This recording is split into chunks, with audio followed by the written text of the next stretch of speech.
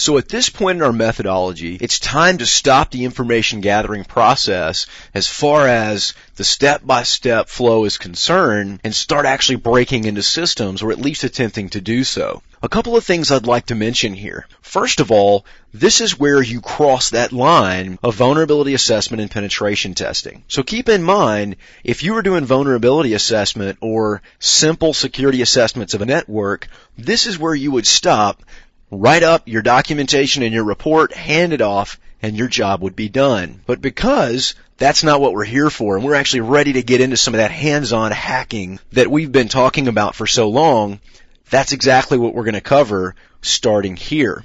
Now, another thing I should mention are some of the legal ramifications of what penetration, access, and compromise can offer. Obviously, these things are illegal. They're covered by dozens of various federal, state, and county laws, as well as international laws. So be aware that things that you do with what you're going to learn from this point forward can definitely get you into a lot of trouble. So now that the disclaimer is out of the way, let's talk about what we're going to cover. Starting things off, we're going to go over the basics and the concepts of actually breaking into the system.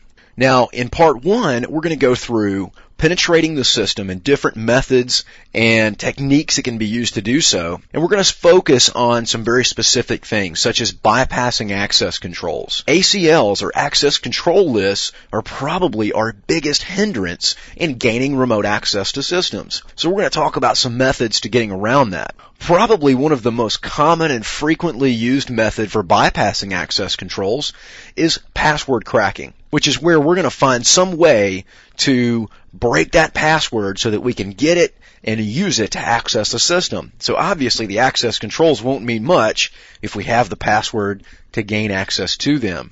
Another interesting point that we're going to talk about is social engineering.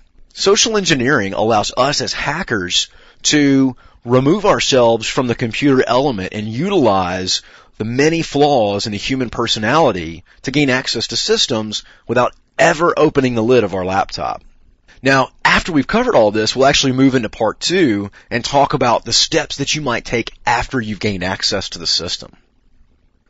So kicking things off, we're going to talk about penetrating the system, gaining access to it. And our ultimate goal here is to gain the highest level of permissions or rights to the system. What that means is we want to be able to do things to the system, read files from it, write files to it, utilize it for our own needs.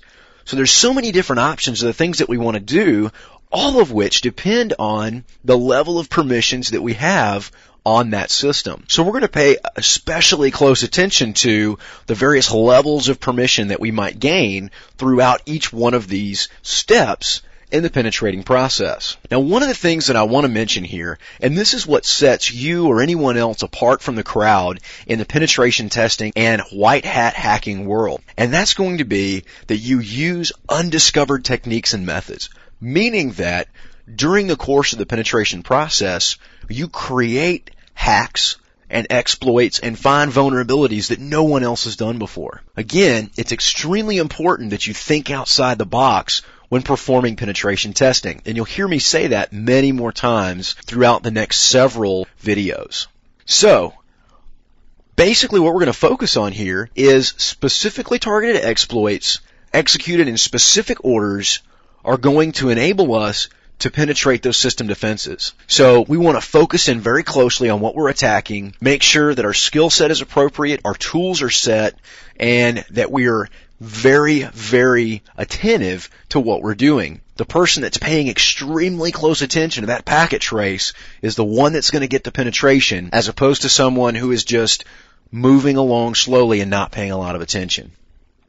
So we're going to talk about some specific exploits that might enable possibilities for penetration. The first one we're going to talk about is the buffer overflow. And you've probably heard this terminology used quite a bit in any kind of reading or research that you might have done. Now we're going to visit buffer overflows a little bit later on in great detail. So for now, we're just going to say that it's basically an error in the program. It is a hole in the flow and the logic of the program that allows us to do things and change things in that system that shouldn't be able to change.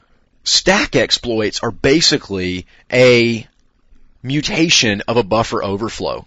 If you can imagine a buffer as being a single container, when it fills up, there's nowhere for anything to go. Stacks work very much in the same way, except they are a series of containers or a flow of logic. And anytime you can break outside of that flow allows you to do things that weren't meant to be done with that particular application. So these are definitely two things that are very commonly used to gain access to systems.